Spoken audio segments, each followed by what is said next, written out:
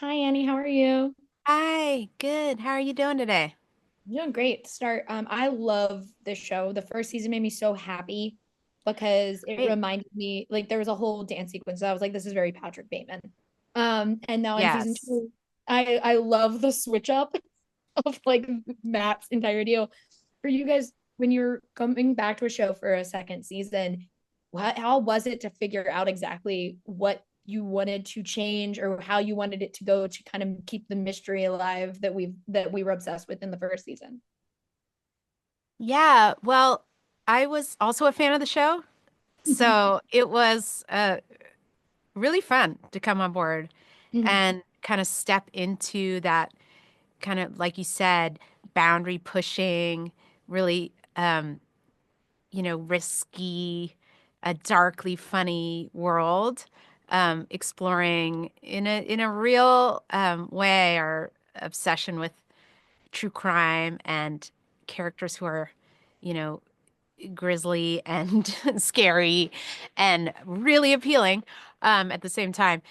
So continuing the tone of the show just felt Mhm. like something I wanted to do. And then really the changes I brought in were just to bring in a new um, mystery story for season two. So what we wanted to do was really put our characters in a position where there was a new killer, there was a mystery to solve, instead of just danger to kind of run away from.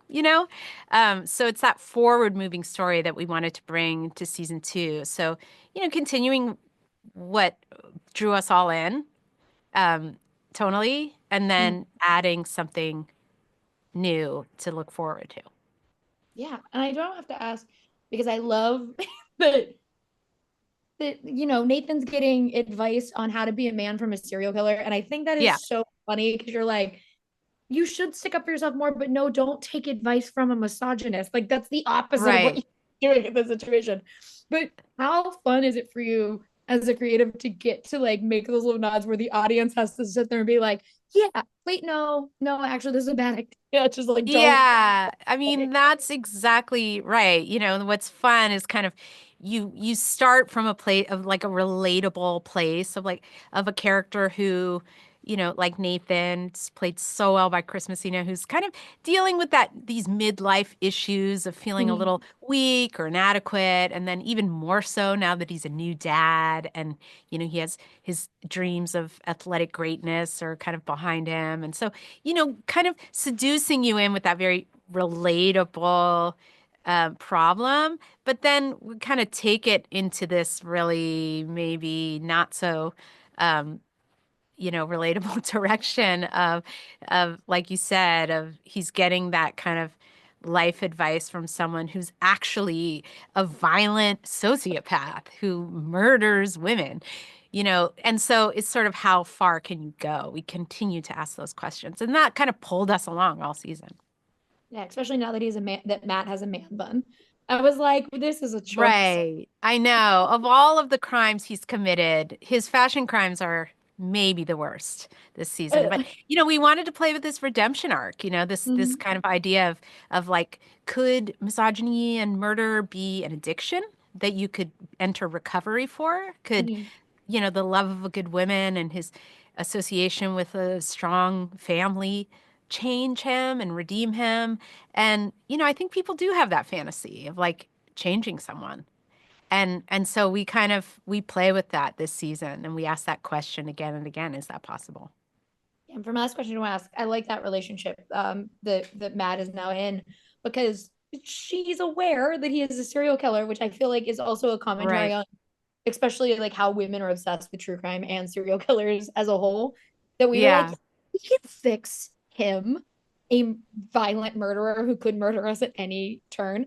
When you Yeah. guys are doing stuff like that, how do you find the balance between like honoring these characters and not making it Mhm. like a like, hey guys, yeah, people do this stuff kind of slap on the wrist?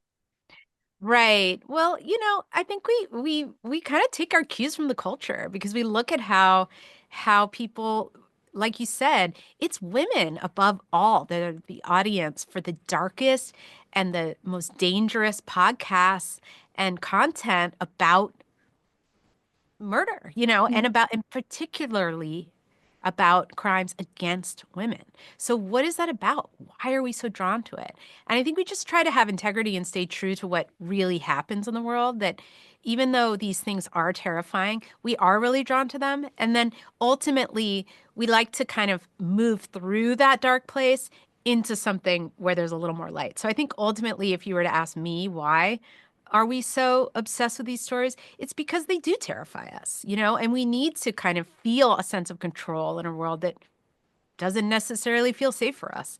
So I think we're just pushing the limits to the point of, just a little past where we're comfortable.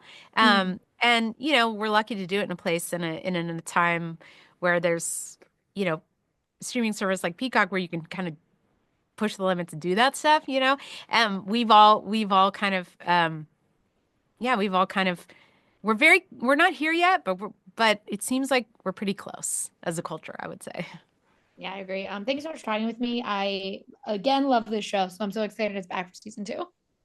Thank you. Really good to talk to you. Mm, a great one.